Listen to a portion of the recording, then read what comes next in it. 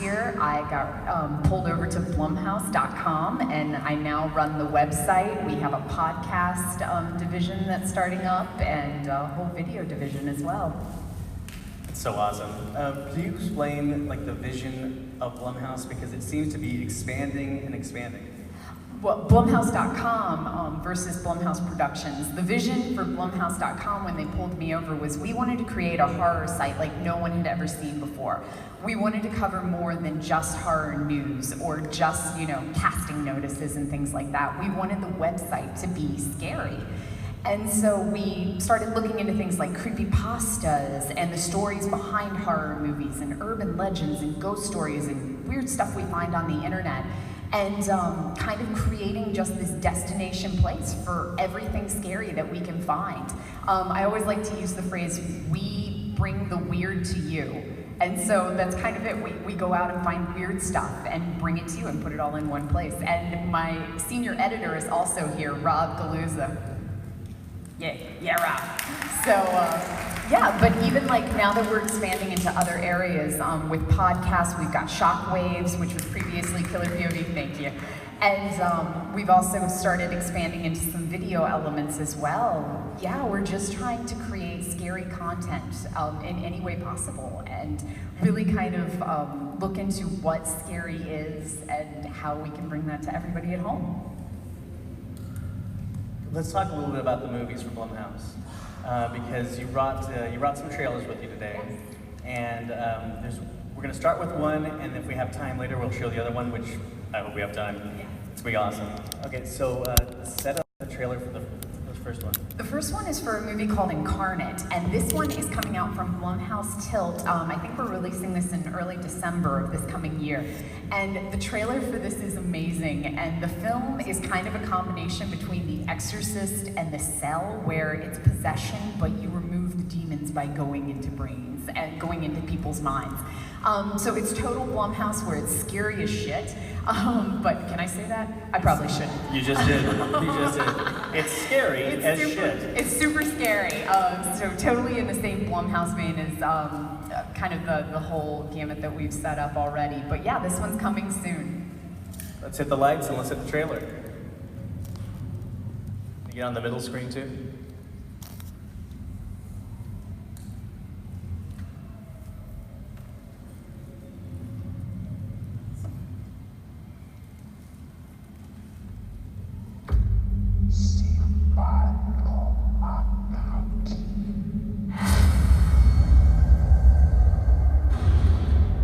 Mom?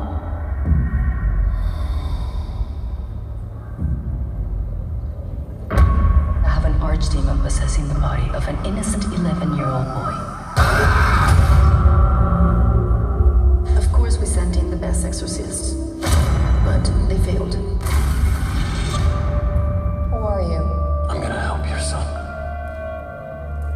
I don't do exorcisms. I don't use religious methods to treat the symptoms. I go inside the victim's mind to treat the disease.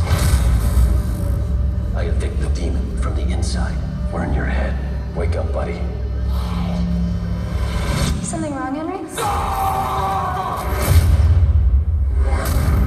This entity is strong. Strongest I've ever encountered. What happens when this entity is done with a kid and decides to jump? The boy dies.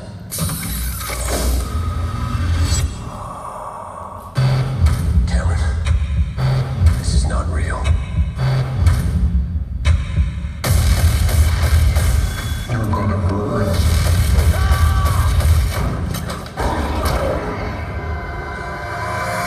Oh my God. God's not here.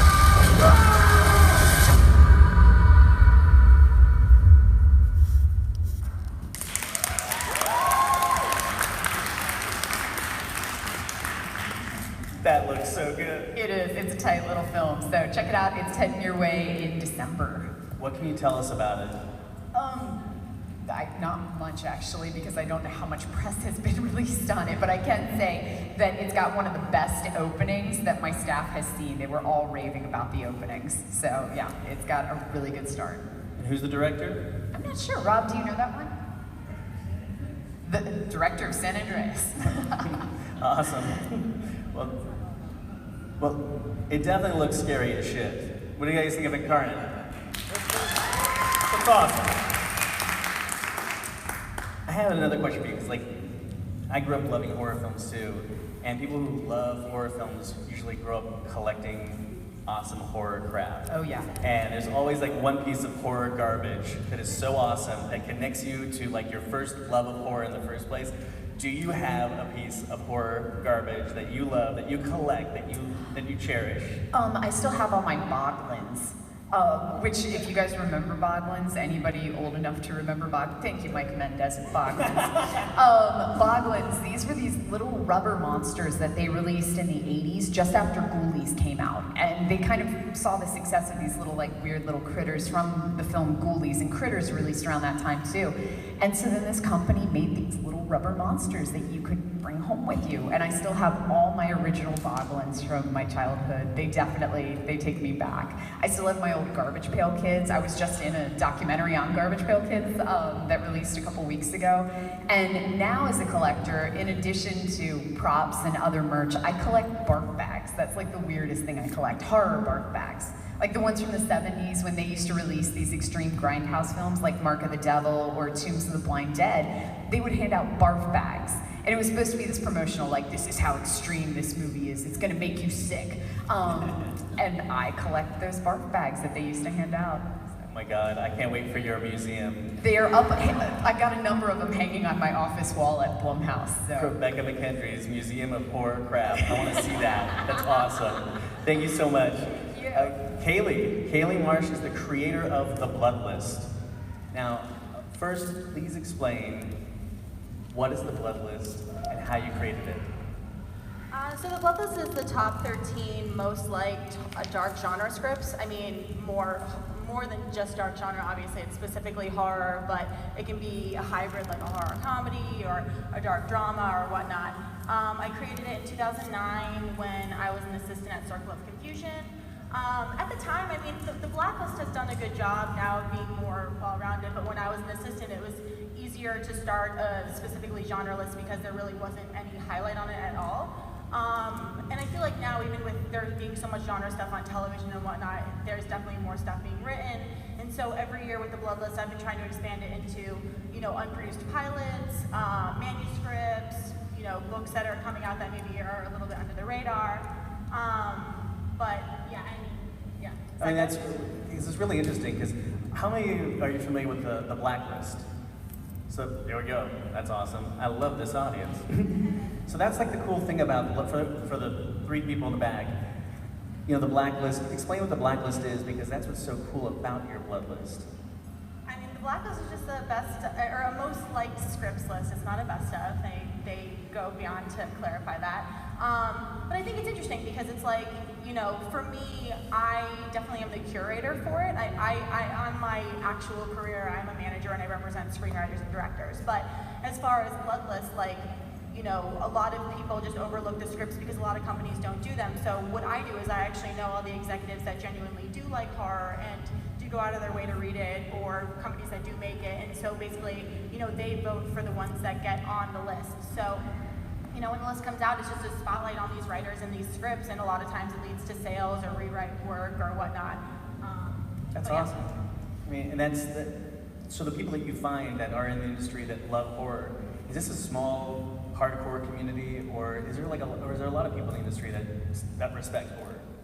I mean, that's kind of an interesting question because I feel like there's actually, and this is not me being negative, but there's a lot of turnover for executives. So I feel like it's always interesting because when I started Bloodlist, I also did this thing called Tracula. It was a screening series for, underground films, or at the time, Loved Ones, Antichrist, Pontypool, shit like that. And it was just a community, and I feel like a lot of those people have stayed in, but everyone is open to reading horror, but there are people who just claim to not understand it, but that doesn't mean that they're not a fan. So I feel like a lot of people are I don't do horror, but it's that's not to say that they don't like it. It's mostly either their company doesn't do it, or, a lot of dark genre stuff tends to be lower budgets. It's interesting because case specific. I went to a State of the Slate. I was about to say the studio. I'm going to stop myself, but I went to one years ago, and the COO of the company was there, and I asked them, how do you choose your horror films? And they say, we choose 8. And I said, oh, what do you look for? And they go, we choose 8 of them. And that was it. That's the thought that went into it. And I was like, well, no wonder. Because when you see the small, independent horror films that come from really passionate people who grew up the way a lot of us grew up, and those are the people making the films that we love and cherish so much, you know, it's an interesting thing. I think some people just don't, it doesn't connect, and it's to those people. Like, it's so important what you're doing, curating a list of what's the unproduced horror film scripts, the ones that should be produced and should be made by people in the industry who care about it. To me, what you're doing is just shining a spotlight on the future of horror, and it's kind of amazing what she's doing, everybody. I mean, if you believe it, it's amazing what she's doing. I mean, I believe it is. It really is. Now, can you talk a little bit about your alumni? Like, who made the list and what went on? Yeah, I mean, for me, like, I don't want to like take credit for someone else's success, especially as a manager. Like, I know how integral every single person on someone's team is. Like, you know, I'm a manager, there's always an agent and an attorney and the client, and sometimes they have a partner. So I wouldn't want to say like, oh, so-and-so's success is all because of Bloodlist. But yeah, I mean, a wide variety of different level writers. And that's the thing, is like, it's really very simple. Like, my list comes out around Halloween, so end of October. And Blacklist comes out in December. So most scripts that are on my list end up on the Blacklist, which is just good for the script. So it's just like, you know, for me as a manager, I could choose to go out with a client spec to 5 people, or I could send it to 150. Sometimes there's no rhyme or reason, but if it's on one of these lists, and I've had clients on all the lists too, you know, it's just a spotlight being put on it, and then you're getting a bunch of incoming calls, and kind of, more importantly, seeing like who wants your kind of material. So that's the thing, is like, if somebody's on a list, they're like, oh wow, I've been looking for a possessed doll movie forever, and there just happens to be one that I didn't know about. Let me call their reps and see what I can do about it. So I feel like it's, for me, the fun of doing the Bloodlist is that I do have good relationships with writers. I do like putting spotlights on writers. Obviously, that's what I do for a living. And it's been great because, you know, like I said, with horror and the genre in general, it's people kind of seeking it. So I keep doing the list because people want me to keep doing it. So I think that just shows like how horror is, like, people want it, they seek it. Obviously, you're at a horror convention. So it's the one genre that I can think of that people are like, yes, like, give me anything that's horror. So I feel like that's why it's fun. Now, you must be reading a lot of scripts then. So are you seeing any trends this year? Like, are you seeing a lot of slasher, a lot of supernatural? Does that ever happen? Like, where one year it's like it's all slasher, it's all like, it must come in waves. Yeah, I mean, I feel like there are always the universal monsters, the werewolves, the vampires, the ghosts. I feel like people are a little bit tired of, like, you know, haunted house, haunted family films. I mean, Blumhouse did a great job of, like, really taking that genre and kind of turning it on every way, subgenre, and turning it on its head every which way, and they're the best at it. So it's kind of like, I feel like that one's kind of exhausted, you know. But we've got some of this, but we're drifting out of that as well. Exactly, and that really speaks to the trends, is like, once somebody is already doing something like that, like, it's not the time to write a new spec like that. Honestly, for me, when I'm looking for clients, and this is, you know, a little separate from Bloodlist, but if it is a writer that writes in the dark genre space, like, I just want to read really weird, interesting stuff. So if it's like anything I've remotely read, and like, I've had people fight me like, oh, this doesn't feel familiar. I'm like, bro, I read like 17 scripts like this, and just because you didn't doesn't mean that, like, I don't think it's derivative. So I feel like if I read something, I'm just like, whoa, this script is bizarre, I'm into it. But if it's just like, oh, I feel like I've seen this a bunch of times, it seems like a no-brainer, but everyone goes into horror loving all the stuff that's already been done, and it's really hard to not put that into your work because you're paying homage and it influenced you so much. But it's really important to really fight that, like, to want to be the nostalgia factory. Like, Stranger Things is a great example of, like, they did it really well, but I'm like, not everything can be like that. They kind of, like, aced it, you know? So I feel like that's where the subgenres that I'm seeing in screenwriting is, like, there's always the same shit, but then there's that, you know, that one script that you're like, oh wow, that turned the zombie genre on its head, like Maggot a couple years ago. That script, I mean, whatever you want to say about the movie, but the script I thought was, like, very, very interesting. Which script?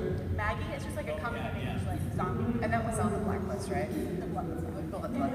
Yeah, both. So what advice do you have for people who are aspiring to be on your list? that other than turning an entire subgenre on its head, which I'm sure that's, please do that. I want to see that. What are you guys looking for in a script that you've been noticing that really is catching attention, that it makes it to the list? I mean, you know, I've been working on ways to let people onto the list that aren't fully represented, though I will say that, like, I mean, I'm trying to get a staff for the Bloodlist so I can do stuff like that, but right now, the only way to really get on is if you do have a rep, I mean, a manager and an agent or an attorney, and if it is in circulation around. I know that sounds like, oh, well, you know, that doesn't really help me, but I hope it does. I don't know. But I am looking for ways to have people be able to submit to the website and kind of, you know, sort through that and vet that. But yeah, right now, I mean, it's just honestly, if you have friends and you're like, hey, I have this dope horror script, just send it to your friends, because the horror community is very helpful and nurturing, in my opinion, for creatives. Thank you so much, Kaylee. Kaylee Marshall, welcome, everybody. Rodney Asher, the director of Room 237 and The Nightmare. Hey, John. How you doing, Rodney? All right, how's it going? I first connected to Rodney over Twitter when I was asking for advice on a documentary I'm making, and he got back to me. I shouldn't have said that. Now I was going to hit you up for stuff. This is horrible. Don't bother him on Twitter. Rodney, thank you so much for being here. Oh, sure, thanks. Thanks for having me, and I'm glad you got in touch. Look, I love your work so much because it's like you've carved out a subgenre within a subgenre. Like, it's like the subgenre that you have of horror documentary, and then to go even further, especially with Room 237. Let's rewind. How did you get your foot in the door with creating horror documentaries? Where did that come from your first project? Well, I mean, I think the history of horror documentaries actually goes back a really long time. I mean, Haxan, you know, that classic silent horror film with all that, you know, supernatural satanic imagery that people, including myself, are still shamelessly stealing from, was created as a documentary, where there was a documentary structure as they were explaining the history of this folklore, you know, and that goes back over 100 years now. And, you know, the stuff that burnt its way, you know, to my head when I was a kid would have been In Search Of, or like the Sun classic films like In Search of Noah's Ark. They had an Area 51 film. It may have been them who did The Man Who Saw Tomorrow, the Nostradamus film, which assured us that nuclear annihilation was seconds away. And Orson Welles narrating it really drove that point home and made it incredibly plausible. So I mean, that stuff left its mark, and you know, I think, you know, childhood experiences, you know, even if they're mediated through television, have their way of shaping your personality. And you know, I've been doing, you know, my own brand of, you know, short films for 15 plus years, and you know, they were punk rock music videos, and there was a sock puppet serial killer movie, and an animated religious tract. But the thing I did that kind of caught fire, you know, inexplicably by my count, was a short horror documentary about people who had a childhood phobia of the Screen Gems logo. And multiple times people have accused me of making it up and that the whole thing was a hoax, but you know, I'm telling you it's not. And you know, it's because when I read this first person's account of, you know, having nightmares and being horrified by this thing, it was like this time travel. You know, when I was 3 years old and I was sitting in front of my grandparents' TV, and I was watching so much television that those weird animated interstitials and those proto-computer graphics with simple synthesizer soundtracks looked to me like the source code between the shows. Like I was seeing the computer language the televisions used to communicate back to the headquarters or the satellites that controlled them. And this guy's idea about the S from Hell, the popular name for the Screen Gems logo, you know, just resonated. You know, so I wanted to put people into that mindset. And I was amazed, like showing it at festivals, that people would come up to me and say, "Oh, thank you, I thought I was the only one." And it felt nuts to me, like that this was the kind of reaction that I would expect from a more traditional social, political kind of documentary. But you know, what I kind of discovered was how personal people's experience with this kind of stuff. And one guy had a really interesting turn of phrase that's kind of stuck with me, which is fear turns into nostalgia. And that people are often tempted to go revisit these things that were difficult at different stages in their life, which, you know, because I'm, you know, an obsessive nerd, reminded me of the episode of That's Incredible, where the stuntman ran through the tunnel of fire. His costume was shredded and, you know, he was horribly injured, but then he heard the siren call of the fire and tried to run back in and had to be wrestled to the ground before he made it back into the flaming tunnel. I remember that. Yeah. That show, That's Incredible, was so insane. The guy covered in bees. Oh God, the Yogi Kudu, who would curl himself into a tiny little ball and put it into an oil drum and bury it. That stuff sticks with you. It really was like a really twisted sideshow, but with people like, you know, business casual going, "That's incredible." It was so crazy. Let's show a clip from the S from Hell. Oh, okay, cool.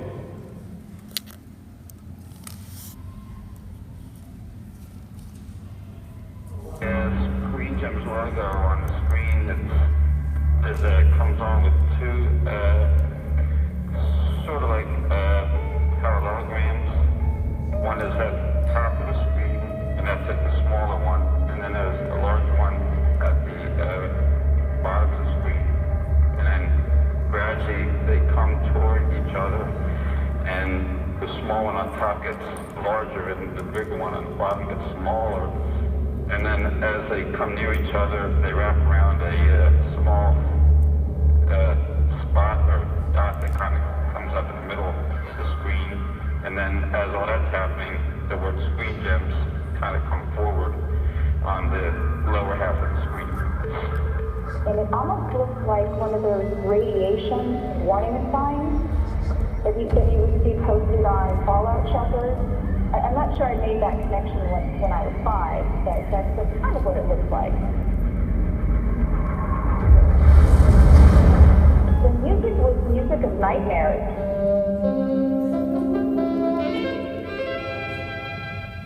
As Queen Jim's logo on the screen, it comes on. That was it.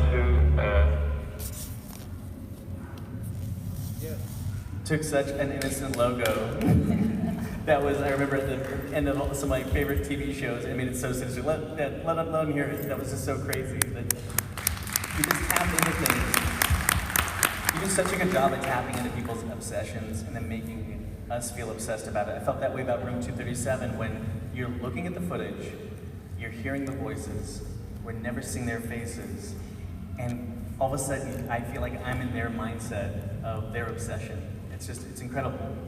Well, thanks. That was certainly what we were trying to do, is get people to see something that, for most of us, certainly most of the audience of people who are going to see a 90-minute documentary about the semiotics of a 30-year-old horror movie will have seen it already, but to see it again through somebody else's eyes and, you know, experience it through their head was, you know, the challenge we had, you know, kind of set out for ourselves.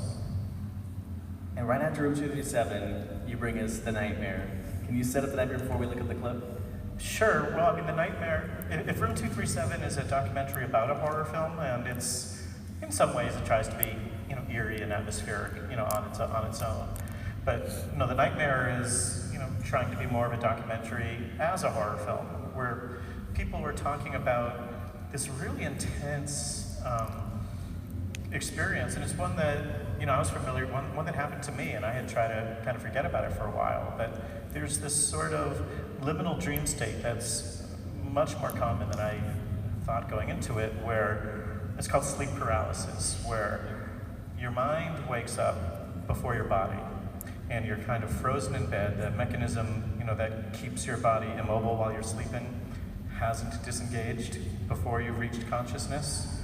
So the fact that you can't move, that you're alert, but you can't move, you can't make a noise is pretty disturbing, but it's often accompanied by things that you hear, voices, animal sounds, machinery, and things that you see. And you know, one of the strange things is that a lot of people see very similar things.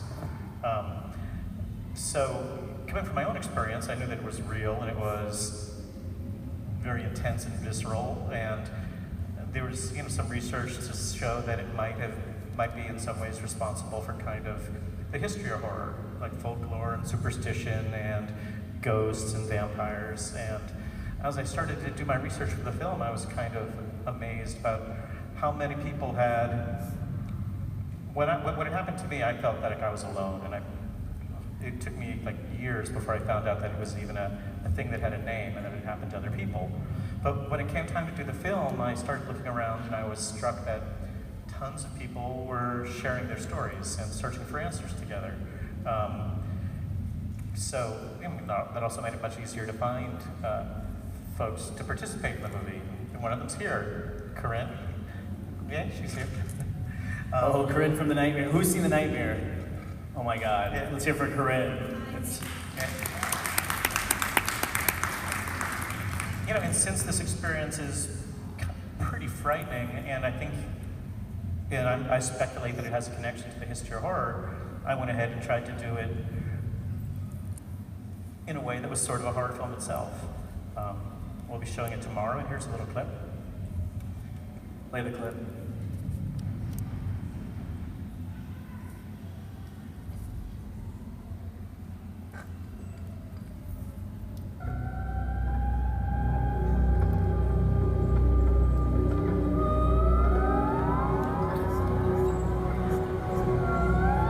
I do remember it happening as far back as when I was a little girl. As far back as maybe 5 or 6 years old. And then the same thing happened when I was about 15. Lying on my side, like on my left side. I'm a side sleeper. And then the door is behind me. And then I could feel the presence just right behind me. And I remember just wanting to move and turn around, but I could not lift a finger. Again, I was just frozen, utterly in terror. And it was if I could describe what death would feel like, and it's a kind of horror that is worse than like in the movies.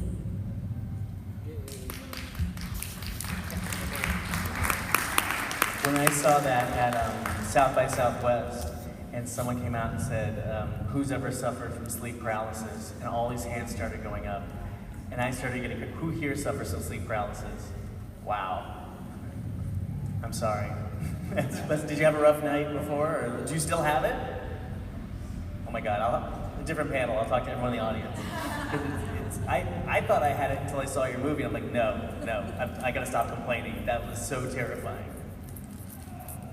Thanks. Can you talk about the challenges of creating that? Because it's not just, it's so difficult to create scary reenactments, and you're doing part interview and part reenactments, but it just feels so cinematic and so scary. How did you figure it out? Well, I mean, I think I had an advantage that, narrative fictional filmmakers don't, which is you can hear these people's voice and, the emotion as they're talking about what you're seeing. So you have this, the idea that what you're seeing actually happened in some way is going to add a gigantic amount of emotional effect, to what you're seeing. But, otherwise it was just a case of, we had shot the interviews first, and I had kind of storyboarded the reenactments so that things were timed out pretty specifically. And things can also move a little slower in this film than they might in a narrative film, because if someone is saying, it takes a minute to describe a figure walking towards them, well, we can take that minute to have them walking really slow. If that was in a narrative film, it would probably be a little pokey. So, you know, we had a couple advantages that way, and also, I mean, so much of I think so much of horror is sound, and both the timbre of people's voices as they're talking about these emotional memories, and you know, Jonathan Snipes, the composer, is such an amazingly talented guy, and what was great about this experience was he didn't just compose the music, he also did all the sound design and mixing. So all of the natural effects, the sound effects, and the music are all created and mixed, you know, all of a piece. And that does a gigantic amount to, you know, create an atmosphere. The sound was incredible. There was like that moment when the guy is drawing the alien, you hear the pencil on the paper getting louder and louder, and then you start hearing the static like creeping up on you, like it's a frequency that's building. The next thing you know, I just feel the hairs in the back of my neck going up. Well, Jonathan will be so happy to hear you say that. He spent so much time on that, recording that pencil, and mixing it with, like, literally mixing the sound of pencil on paper and television static, which, you know, blur together in the film. Those two scenes are consecutive. And, you know, although we showed the guy drawing the sketches, you know, we shot that live and recorded the sound. Like a narrative film, you know, the pencil effect that you hear was Foleyed. You know, it wasn't the natural sound, so we were able to be more expressive, and because he's a musician, you know, to use that pencil sound to help create the atmosphere and blur it with static, which is actually in some ways kind of similar. That was incredible. You also showed the crew, the film crew, a lot. What was your decision behind showing the documentary crew? Yeah, well, I mean, there are people who are skeptical about, you know, the truth in my documentaries, and I'm skeptical about the truth in other people's documentaries. And I kind of think part of my solution was to be upfront about the manipulations. That, you know, if we acknowledge the crew in the documentary sections, you know, it's putting our cards on the table in the way. And like when I would edit people's dialogue, in a lot of documentaries, they try to go to a cutaway, or they use very soft transitions, so it sounds like this one monologue was all recorded live, but I left the hard edges in to be upfront about the fact that these monologues were edited for clarity and for time. And we would show the crew in the reenactments just a little bit. Once in a while, we would break the fourth wall. I've talked myself into a corner about this, but in some way I see sort of a connection between the idea of a film set and your subconscious, and like the sets and the characters being able to kind of access each other, and the collective. I'll talk myself into a hole that doesn't make sense, but there was a concept there. I mean, it's so interesting because every time you acknowledge that this is, when you were showing those jump cuts, or you're showing someone with a slate, or you're showing the sound guy, or even the costumes, it was so interesting because it made it feel like everything was more real. And then there's that part in your movie where they say, and if your people, when they even talk about this, end up getting sleep paralysis, and they're showing how it spreads, and they're convincing you, and then you start convincing us that we're gonna get it because we're watching this. Yeah, somebody got it just from watching the trailer. Look, that's the thing. It's like I was watching that, and it was a late show at South by Southwest, and there was a bunch of us all talking about that part of it, and we talked about it outside the theater for about an hour. It was about 1 in the morning, and we're still talking about this, how it's going to stay with us. The second I get to my hotel room and turn the lights out, I see the Hat Man, but it's just my hat on a coat on the rack, and it was right there, and I laughed out loud, but it took me forever to go back to sleep. Like, this movie has convinced me I'm gonna have this problem, and I just feel like you made a movie that's gonna end up being the sleepover movie forever. Little kids are gonna be like, no, Nightmare on Elm Street's a great movie, but this is true. This is real, it's gonna happen to you. I'm not gonna, thank you. What is your goal? I mean, it looks like with the Nightmare that you're going to transition into narrative films and a little bit out of documentary. Is that what you're looking to do? Well, I mean, I think what I'd like to do is be sort of resolution independent, to do a narrative film and to do another documentary, and to let each one kind of to learn tricks from one to use in the other. I mean, I never set out really to be a documentary filmmaker, but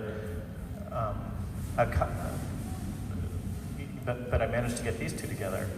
And I don't know, I think like everybody, I just want to do it all. That's awesome. Rodney Ash, everybody. Jack Davis. That's me. The founder and creator, the CEO of Crypt TV. Co-founder, but yes. Co-founder. Tell us who the other co-founder is. Well, I started Crypt TV about a year and a half ago. We launched in April 2015 with Eli Roth and also with the support of Jason Blum and Blumhouse Productions. So I was very fortunate to start something new with probably the two best people and groups you could start it with, who are as good of partners as advertised they are in real life.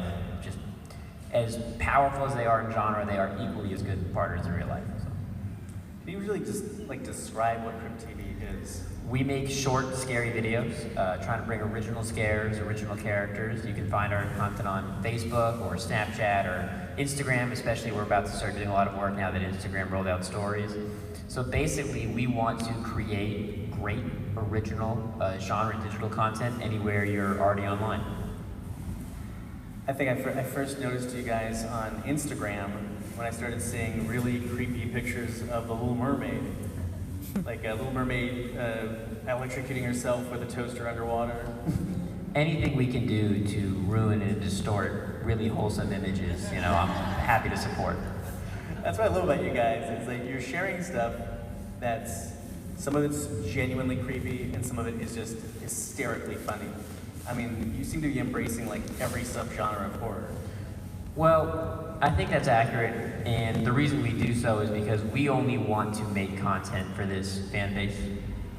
You see when people get into digital video, there's often a desire to maybe go for, clickbait content, because nothing is going to get more views of videos on the internet than cats falling over each other.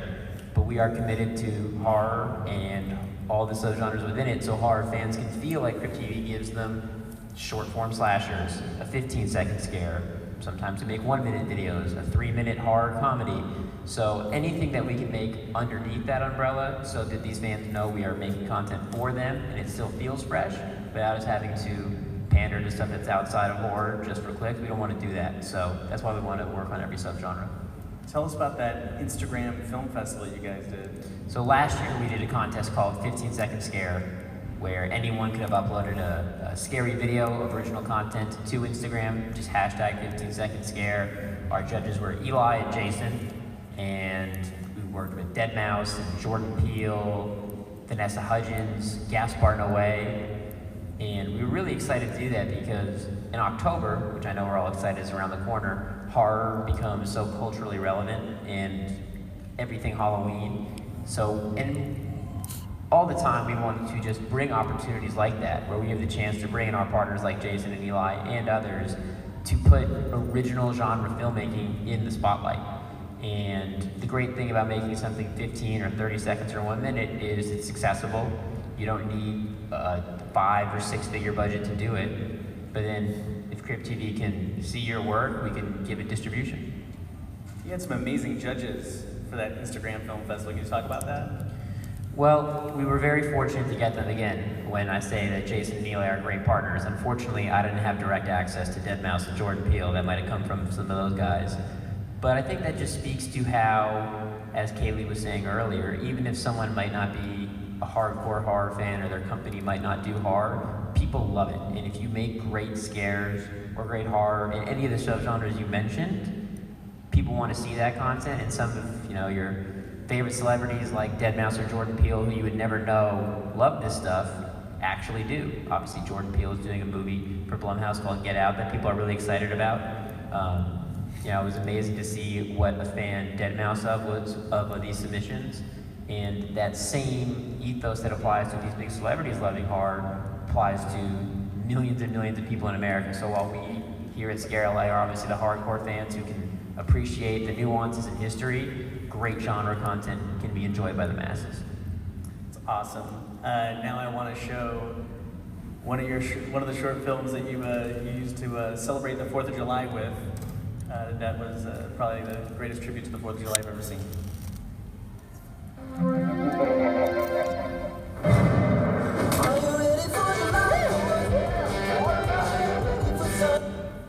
Yeah, start that one at the top, please.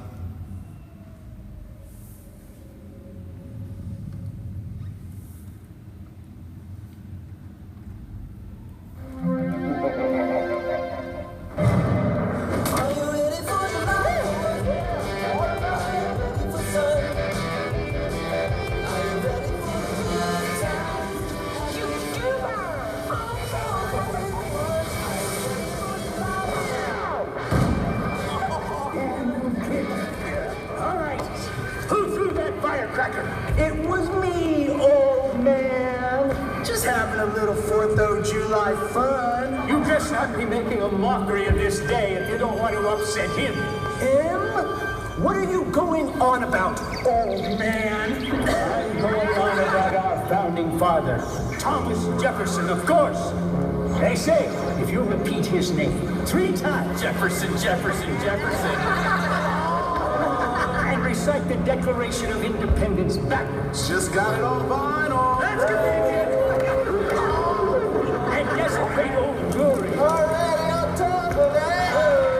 You do all this at exactly 3:14 p.m. The time the Declaration was approved by the Continental Congress. Then, Jefferson will return from beyond, spilling the blood of anyone who dares take this sovereign nation's freedom for granted.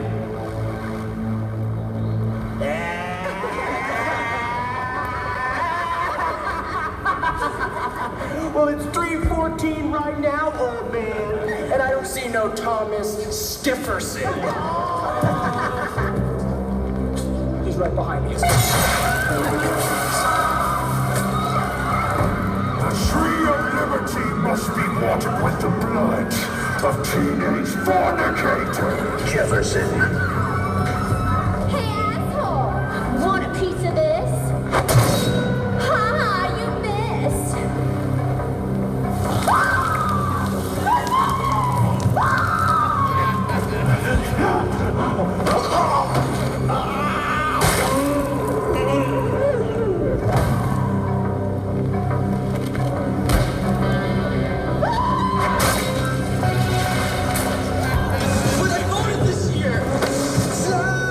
Please put on your 3D glasses now.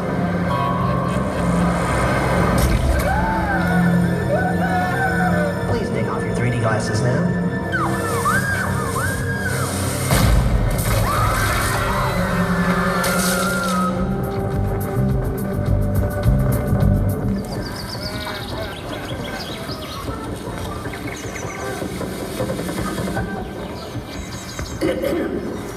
So, met Sally Hemings, huh? Are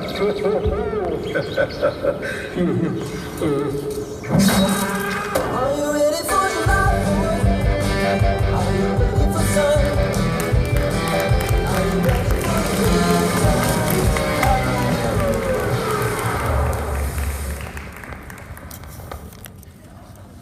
I couldn't believe that when I saw that. Well, that was actually based off of a 4th of July party I went to one time. So that was based off of a true story, but normally they're fiction, yeah. I love that. That is so perfect. That's like the perfect blend of. I bet Troma wishes they could be that cool. Well, thank you for the compliment. But again, I think that piece also does speak to, while we're trying to make horror, we're happy to do horror comedy. Obviously, there's some homage to Grindhouse here, and we always try and toe the line between making sure we're being true to our vision and our motto, but also trying to make stuff that's culturally relevant. So when you release a July 4th inspired piece on July 4th, you can see that shareability. You know, that piece got, I think, 175,000 views, and we can try and bring horror to the hardcore fans, but also potentially to a bigger audience. How do you guys find your directors? Because it's so eclectic. There's such an incredible variety. Well, we're obviously, in general, working with younger directors looking for a break. We don't have the biggest budgets. And younger directors who are comfortable with digital. and understand that you can tell a story in 15 seconds or 1 minute or 3 minutes. So I have to give a huge shout out, even though she's not here, to our Chief Content Officer, Kate Krantz, who does the nitty gritty of getting into the filmmaking community. We do have people submit to us, which is great. If you email submissions@crypttv.com, so that can be a source. You know, we're sort of always scouring YouTube or talking with film festivals to see if there's any directors who have put something up there that's great or maybe aren't being noticed and we can give them a chance. And we also are very fortunate that when you have the backing and sort of people know that Blumhouse and Eli have, you know, are part of Crypt and have worked with us, people sort of want to seek you out because these guys are the champions in their own right, so that's very helpful. And you have so much great content. The Birch, that was incredible. You got a million people watch that in like what? A little more than 1 million in 24 hours, and it keeps growing now. I think The Birch, which if you haven't seen, please see, is about over 2.5 million. Yeah, that was absolutely incredible, and it just felt like you guys were setting up a whole franchise for this. Maybe, who knows?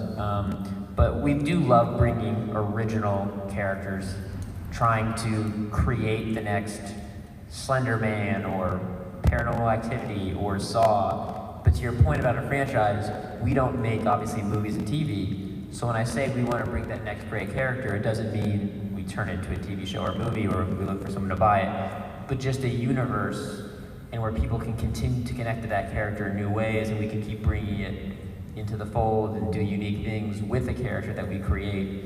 So I think the great thing about 2016 is it doesn't have to be a movie or television show for it to be expanding that intellectual property of a character. So what do you see as the future for Crypt TV? Well, I think the future is we always have to be bringing, as I've said ad nauseum now, new stories, new characters, working with great filmmakers, because you're only as good as the content you create. So I would say the future is trying to expand on things that people clearly love, like The Birch, but be making a Birch-type character more often and have success giving a filmmaker a voice who has a great vision like that. And who knows, maybe if we do that enough, we can create our own little Marvel of horror universe where we have all the Crypt TV characters who can, you know, instead of Captain America Civil War, Crypt TV, Birch, Thomas Jefferson Civil War. That's so awesome. I love what you do. Jack Davis from Crypt TV, everybody. Amazing. It's amazing. I mean, it really is so cool to be able to go online and see a lot of content for free that's absolutely entertaining in a few minutes and get like a whole story out of it. You know, whether you're laughing or whether it's, you know, actually scary and creepy like The Birch. I love that. Well, thank you, but I do think it goes to all of us sitting up here because everyone here is bringing new content in. Blumhouse.com brings amazing analysis of the whole universe, and a podcast where you're bringing on guests is a way of bringing in new content, new discussion, people to connect.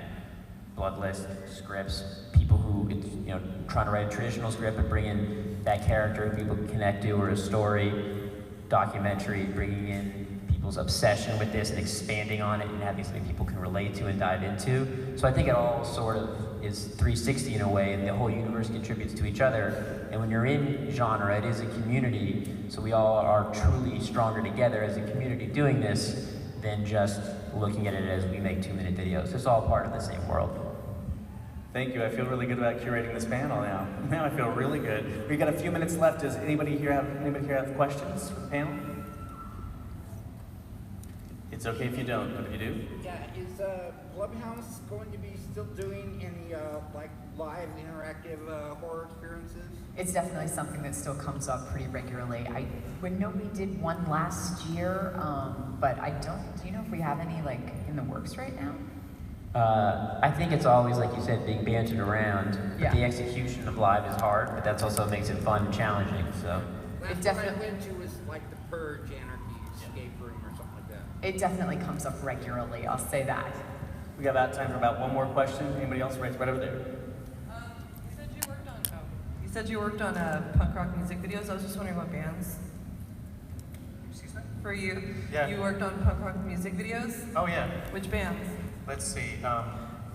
Back when I was just out of school living in Florida, I did some stuff with Marilyn Manson when it was Marilyn Manson and the Spooky Kids. So like pre that first record. I just did one for Clipping, which is sort of a noise hip-hop band that was 90% GIFs that I took from the internet. Let's see, they go back a ways. There was an industrial band in Miami when I was living there called the Vociferous Mutes. There was an Italian band called Pancow. To Live and Shave in LA, kind of a noise band, named after a porno parody of To Live and Die in LA. A couple of them. Thank you guys so much. I think that is that is pretty much all we have time for. But oh man, I want to go over. I want to show your trailer. I'm gonna do it. I'm gonna throw a. Can I throw a wrench into it? Am I gonna screw up everything? You know what? The next one's my panel also. Not a problem. I'll help you set it up quickly. All right. Let's do the last trailer. Trailer's the bonus one. Yeah. Just hit it. Just hit it. It's too good. It's too good.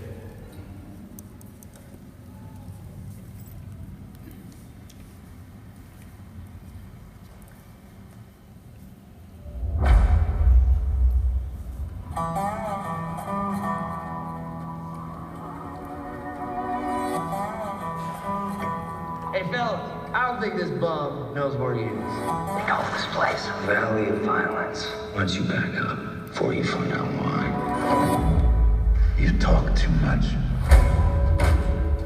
Don't worry, everyone. You are gonna see a fight. Oh, I love a good fight. You gonna face me like a man or what? You started this. I'm gonna finish you too. Oh, he just spit on me. He just spit on Gilly. I am the marshal here in Denton, and I can't have people thinking this kind of business goes on around here. So you find yourself another town, far away from here. We gotta keep our heads down, okay? He can't get away with this. He almost took your head off. I'm gonna end it, and I am gonna Prove to him what I am capable of.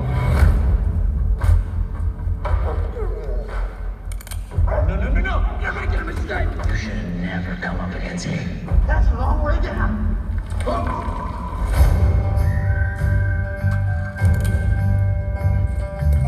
Doors closing closer. What's the priest need so many bullets for? Sinners. This man left me with nothing. I'm gonna leave them with less. Y'all should have known better. This man is a military man, trained to kill. We ain't gonna wait here to die. We're gonna take it to him. You're sweating a lot. You're not gonna pass out on me or nothing, are you? He's gonna die for what he did.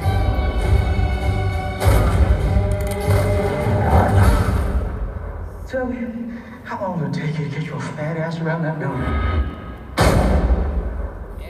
Yeah. The dog at the end. The dog, that is the best way to end this panel, right there. The dog at the end, going after the guy with the gun. Thank you so much for coming to Trendsetters of Terror. Next up is